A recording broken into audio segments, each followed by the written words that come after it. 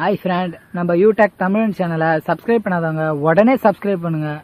கூட பக்கத்தில் இருக்க பெல் ஐக்கானும் கிளிக் பண்ணுங்க. அப்பதான் நம்ம சேனலில் போடுற புத்தம்புது வீடியோ உங்களுக்கு நோட்டிஃபிகேஷனாக வரும். ஒரு வீடியோ கூட மிஸ் பண்ணாத நீங்கள் பார்க்கலாம். வீடியோ பிடிச்சிருந்தா லைக் பண்ணுங்கள், கமெண்ட் பண்ணுங்கள். ஹாய் ஃப்ரெண்ட், நீங்கள் நம்ம பார்க்க போகிற வீடியோ உங்கள் வீட்டில் அப்பா பலசாலியா அல்லது அம்மா பலசாலியா, உங்கள் ஜாதகப்படி நிச்சயமாக தான் அதை தெரிஞ்சிக்க முடியும். அதுதான் உண்மையும் கூட.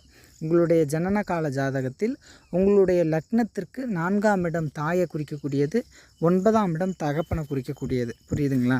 அதே மாதிரி ஜோதிட ரீதியாக தாய்க்கு காரகம் அப்படின்னு சந்திரனையும் தகப்பனுக்கு காரகம் சூரியனும் சொல்லப்படுது. சரிங்களா? அப்போது இந்த சூரியன் உங்கள் ஜனன கால ஜாதகத்தில் வலுவாக இருந்து உங்கள் லக்னத்துக்கு 9ஆம் இடத்ததிபதி. உதாரணத்துக்கு இப்போ நீங்கள் தனுஷ லக்னம்னு வச்சுங்களேன், உங்கள் லக்னத்துக்கு 9ஆம் இடமும் சிம்மமாக வரும்.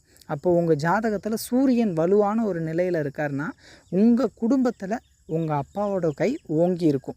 அவர் தான் எல்லாத்தையும் முடிவெடுப்பார். அவர் தான் எல்லா விஷயத்துலையும் முன்ன நின்று செய்வார். இதுவே நீங்கள் ஒரு மகர லக்னம்னு வச்சுங்களேன், மகர லக்னத்துக்கு 9ஆம் இடத்ததிபதி புதன். புரியுதுங்களா? புதன் வலுத்து சூரியனும் வலு பெற வேண்டும். அப்படி 2 கிரகங்களும் நல்ல நிலையில், புதனும் நல்ல நிலை. ஏன்னா லக்னப்படி உங்கள் லக்னத்துக்கு 9ஆம் இடம் கன்னி, அந்த கன்னிக்குரிய புதன் வலுத்து, அதே சமயத்தில் காலபுருஷ தத்துவப்படி பொதுவாகவே தந்தைக்கு காரகம் அப்படின்னாலே சூரியன். அந்த சூரியனும் வலுத்து புதனும் வலுக்கும் பட்சத்தில் மகர லக்னத்தில் பிறந்தவங்களுக்கு அவங்களுடைய தந்தை கை ஓங்கி இருக்கும். அவங்களுடைய வாழ்வியலில் தேவையான அனைத்து விஷயங்களுக்குமே அவங்களுடைய தந்தை அவர்களுக்கு பாதுகாப்பாரனாக இருப்பாங்க. அது வீடு மட்டும் கிடையாது, வெளி இடங்களிலும் சரி ஒரு அதிகாரம் மிக்கவர்களாகவும் நல்ல கௌரவம் செல்வாக்கு மிக்கவர் ஒரு தகப்பனாக அவங்களுக்கு இருப்பாங்க. புரியுதுங்களா?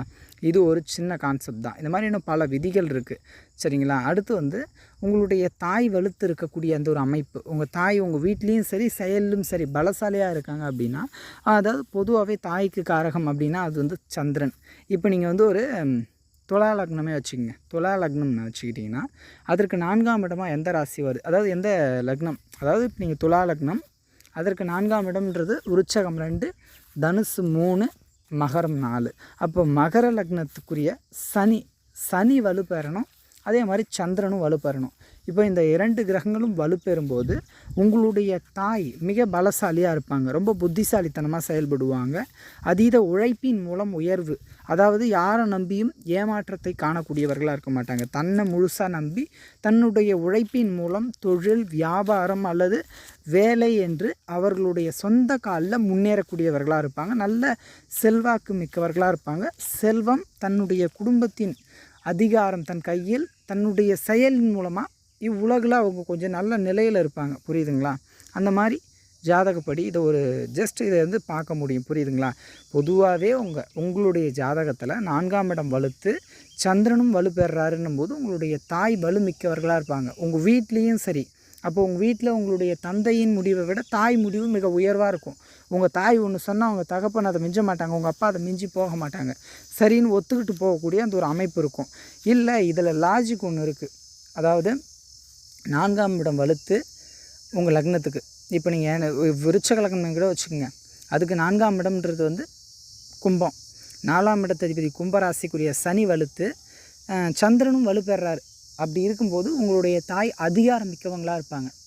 நல்ல பேச்சு திறன்பட செயல்படுவாங்க. பலசாலியாக இருப்பாங்க. அதை அவங்க படிக்கிறாங்க, அதெல்லாம் விஷயம் கிடையாது, படிக்கலை. ஆனால் அவங்களுடைய தாய் வீட்டு சொத்து சுகம் அவங்க நல்ல கொஞ்சம் செல்வாக்கு மிக்க ஒரு நபராக இருப்பாங்க. பொருளாதார ரீதியில் நல்ல மதிப்பு மிக்கவர்களாக இருப்பாங்க. புரியுதுங்களா? இந்த மாதிரியான ஒரு அமைப்பு உண்டு. அது எந்த லக்னமாக இருந்தாலும் 4ஆம் இடத்ததிபதியும் சந்திரனும் வலுக்கும் போது தாயார் பலமானவர்களாக இருப்பாங்க. ஒன்று சந்திரன் வலுவிழந்து 4ஆம் இடத்ததிபதி மட்டும் வலுத்துட்டார் அப்படின்னா 50% தாயோடைய வலு. அவங்களுடைய வீட்டில் மட்டும் அவங்க பலமானவர்களாக இருப்பாங்க. புரியுதுங்களா? அவங்களுடைய வீடு அவங்க கட்டுப்பாட்டில் இருக்கும். அவங்களுடைய முடிவில் தான் அவங்க வீடு இயங்கும். அந்த மாதிரி வெளியில் அவ்வளோவா பெரிய கட்டுப்பாடு, பெரிய அதிகாரம் இருக்காது. வீட்டுக்குள்ளே அவங்க ராணி மாதிரி இருப்பாங்க, அவ்வளோதான்.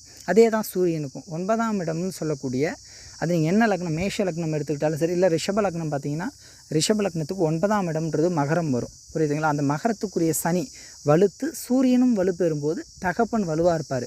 ஒன்று சூரியன் வலு குறைஞ்சி சனி நல்லா வலுவாக இருக்கார், உச்சம் பெற்று துலாத்தில் இருக்கார். அப்போது அவங்க தகப்பன் 50 விழுக்காடு வலுவானவர்கள் தான். அதாவது எல்லா இடத்துலையுமே பகைச்சிக்க மாட்டாங்க. தான் வேலை உண்டுன்னு போகிறவங்களாகவும் இருப்பாங்க. இல்லைனா குடும்பத்தில் மட்டும் தன்னுடைய அதிகாரம் இருக்கும். இல்லை குடும்பத்துக்கு அடங்கி போனாங்கன்னா வெளியில் கொஞ்சம் அதிகாரமிக்க நபராக இருப்பாங்க. கொஞ்சம் நல்ல தோரணையாக மதிப்பு மரியாதை மிக்கவராக இருப்பாங்க அப்படின்னு சொல்லலாம். இயல்பாகவே வந்து 4ஆம் இடம் வலுத்து சந்திரன் வலுத்து 9ஆம் இடம் வலுத்து சூரியன் வலுக்கக்கூடியவங்க தந்தை தாய் இருவருமே நல்ல அதிகாரம் மிக்கவர்களாக இருப்பாங்க, நல்ல செல்வாக்கு மிக்கவராக இருப்பாங்க.